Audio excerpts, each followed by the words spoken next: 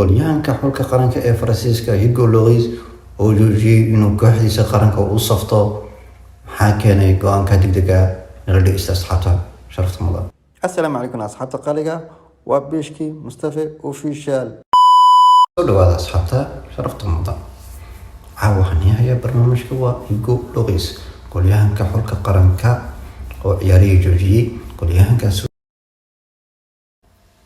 wuxuu ku dhashay gobolka Nice. ciyaartiisii ugu horeysay wuxuu ka bilaabay gobolka Nice oo ciyaarayay 2005 2008 wuxuu u gudbay kooxda Lyon. wuxuu ciyaaray 2008 ilaa 2012 kadib wuxuu tagay Tottenham dhinaca Ingiriiska. 2012 bilaabay inuu ciyaaro kooxda Tottenham ilaa hadda. wuxuu u saftay xulkiisa qaranka 2008 isla intuu Tottenham u wareegay. Hugo uu joojiyay ciyaaraha inuu dhalo kooxdiisa qaranka. Hugo wuxuu la kulmay dhaleecooyin badan dhinaca iyo ciyaartooyashii hore ee qaranka u ciyaari jiray.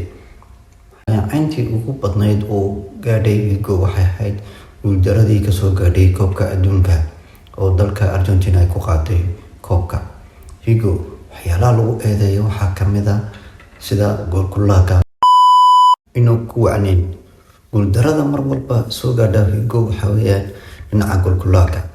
Hugo waa wiil aad u wanaagsan dabeecadna wacan oo 16 jir. goolyahankan experience uma baahno uu haystaaba qof walba dhinaca uu ku daciif yahay.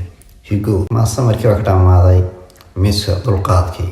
Hugo waxaan leenahay waa laacibkeena mar walba laga dambeeyo goolyahanka ugu khatarsan ee ugu sita weeyaan.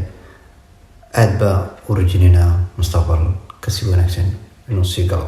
asxaabteena comment nagu reeba, share noo dhaha, like noo dhaha. aliga waxay su'aalo qabtiin inta commentiga igu reeba.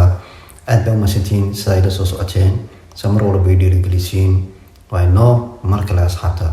Thank you.